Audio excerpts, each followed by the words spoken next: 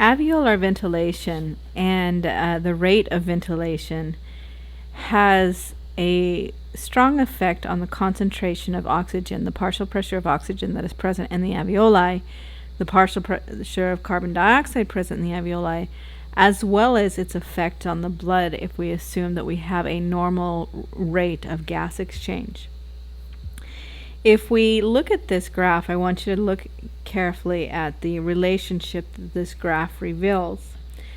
We define ventilation, so the dotted line is going to represent, the dotted line here is going to represent resting.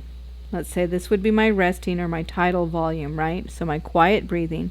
And so if my normal ventilation, my total lung ventilation, would be 4.2 liters per minute.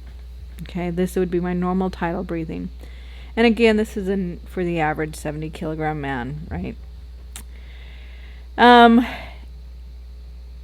If I breathe more slowly than normal, okay, we call that hypoventilation. Hypoventilation.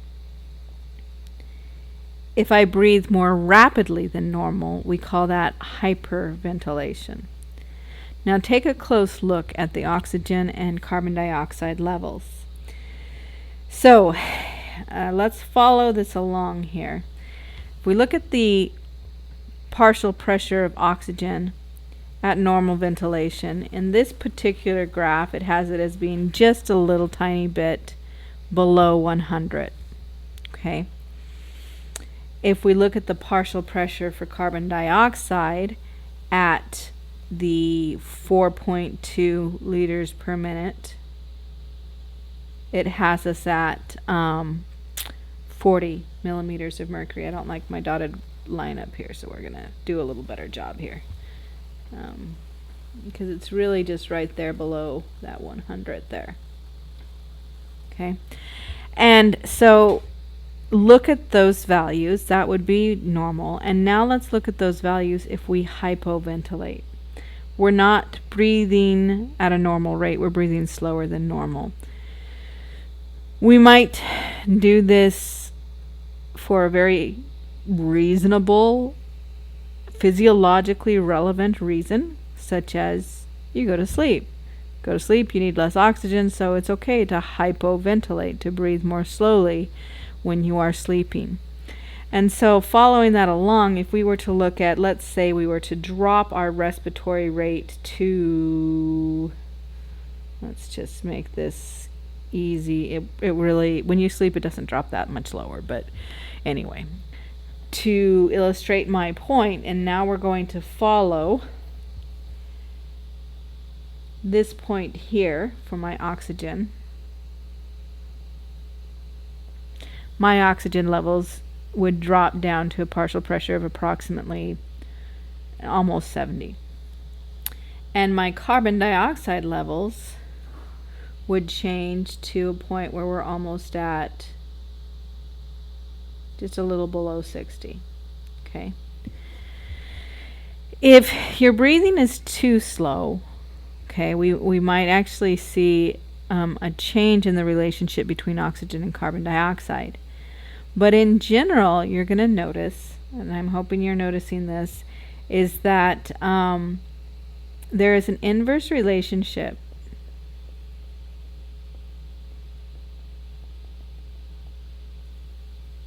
I probably shouldn't write that there, but anyway, I'll write it and just erase it, okay? Inverse relationship between O2 and CO2. Okay, and let me take you out to the hyperventilation stage so you can see that well too. If we hyperventilate, let's look at a new value here. We'll go ahead and look at, let's just look at this one right here, because we can do this one without me having to erase that writing that I just did. Let's say we're hyperventilating, we're breathing very rapidly. Okay, let's look at those new values. For my for my oxygen levels, follow that over. Okay, so I'm at about 110, maybe that would be like 112, 13. And if I look at my carbon dioxide levels,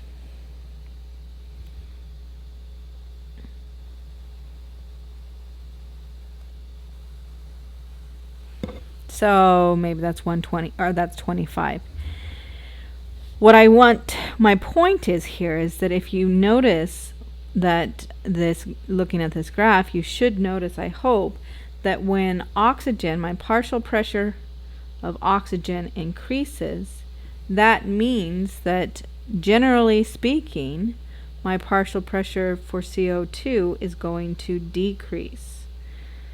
Okay, now there is this weird area right here, okay, this strangeness that occurs here, you know, at this point here where we actually see that relationship change, but that's typically not going to happen. Okay, so we're not usually in that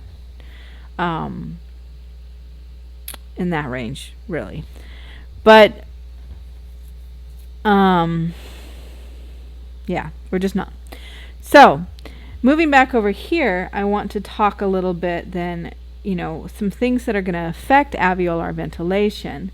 And we've talked about these, but I want to remind you that bronchodilation does it, right? If our bronchioles are more open, then we have better airflow into and out of the alveoli.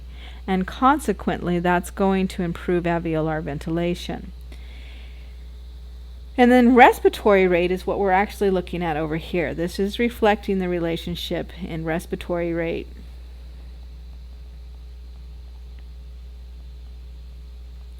As well, which is how rapidly we breathe. So both bronchodilation and both respiratory rate will affect whether or not we are underventilating, hypo, or overventilating, hyper.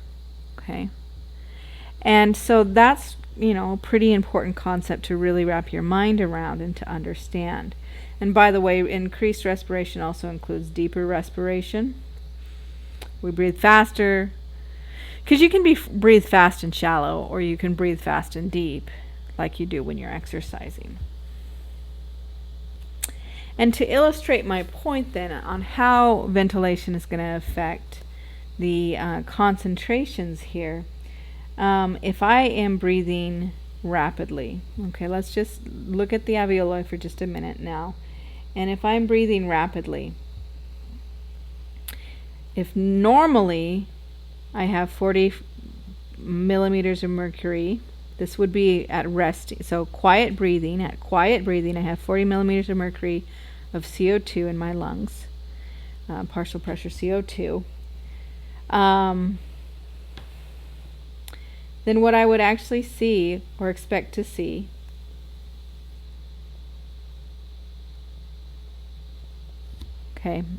when I increase, if I increase my respiration, well, with each exhalation, I can remove carbon dioxide better. Okay, and so the faster I breathe, the more carbon dioxide I'm going to remove from the alveoli. And so, you know, maybe I'm going to change this to 32, just as an example. Now let's look at how that's going to affect the bloodstream. Okay. One reason we breathe faster is through exercise, and so let's just pretend that we're exercising. Our skeletal muscles are producing a lot of carbon dioxide.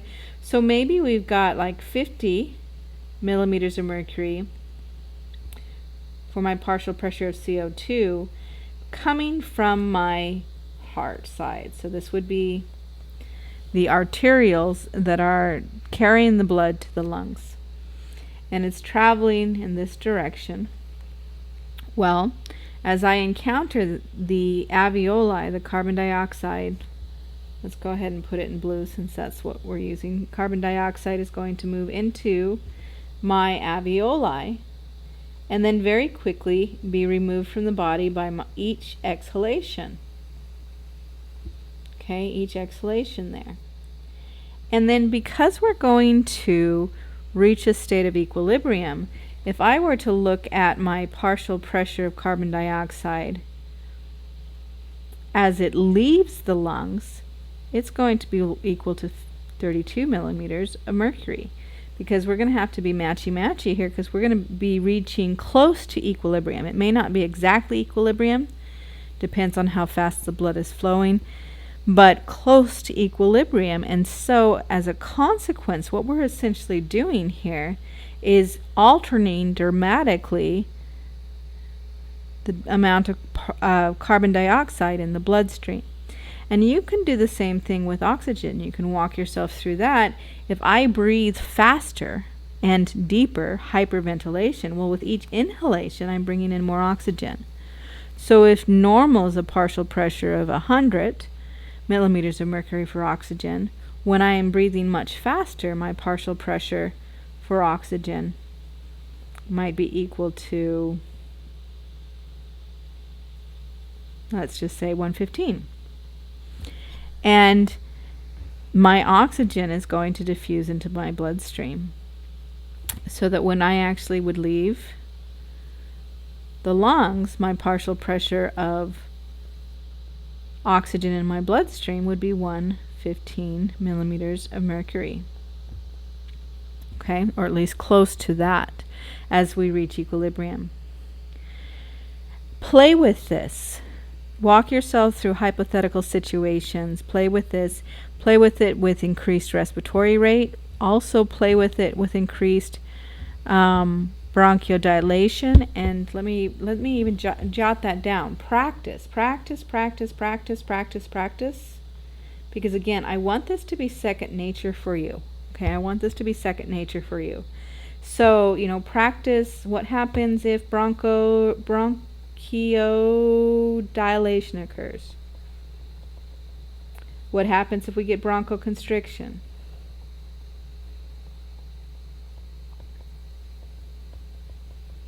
What happens if we have a restrictive lung disorder?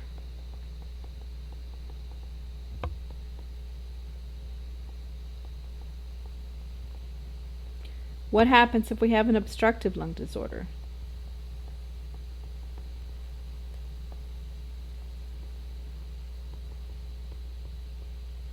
And remember, as you're doing this, that usually speaking, we have that inverse relationship where carbon dioxide levels go down as oxygen levels go up.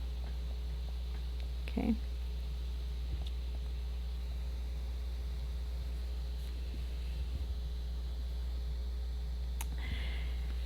I want you to be comfortable with these terms. These are terms associated with alveolar ventilation, and we've already introduced you to hyperventilation and hypoventilation. Some other terms that you've seen this eupnea. This would be the quiet breathing. And some of these you might have heard of in everyday life. Apnea is the cessation of breathing. Okay, and it could be just a temporary cessation or a much longer cessation. One common respiratory disorder is sleep apnea, where people will temporarily stop breathing when they sleep. And because they're not getting enough oxygen to their brain, they really don't ever feel rested. And sometimes in extreme situations, sleep apnea can be fatal. Dyspnea would be your labored, uncomfortable breathing. So when I went to visit my sister and she decided to take me up to Estes Park, that's where we actually were at in Colorado, because I've been living in California for 10 years. I experienced some dyspnea up at that 9,000 feet. Actually, I went to Leadville. That's where I was at. Either way, they're both high altitude, and I was experiencing some dyspnea, some labored, uncomfortable breathing. Hypoxia occurs when you have too little oxygen present. And so somebody who has dyspnea might have some hypoxia as well. Anoxia means no oxygen. And the term anoxia typically actually refers to localized regions. So if you have a blood clot in your brain, for example, certain areas of that brain will be anoxic, no oxygen. They'll also be suffering from ischemia, no blood flow.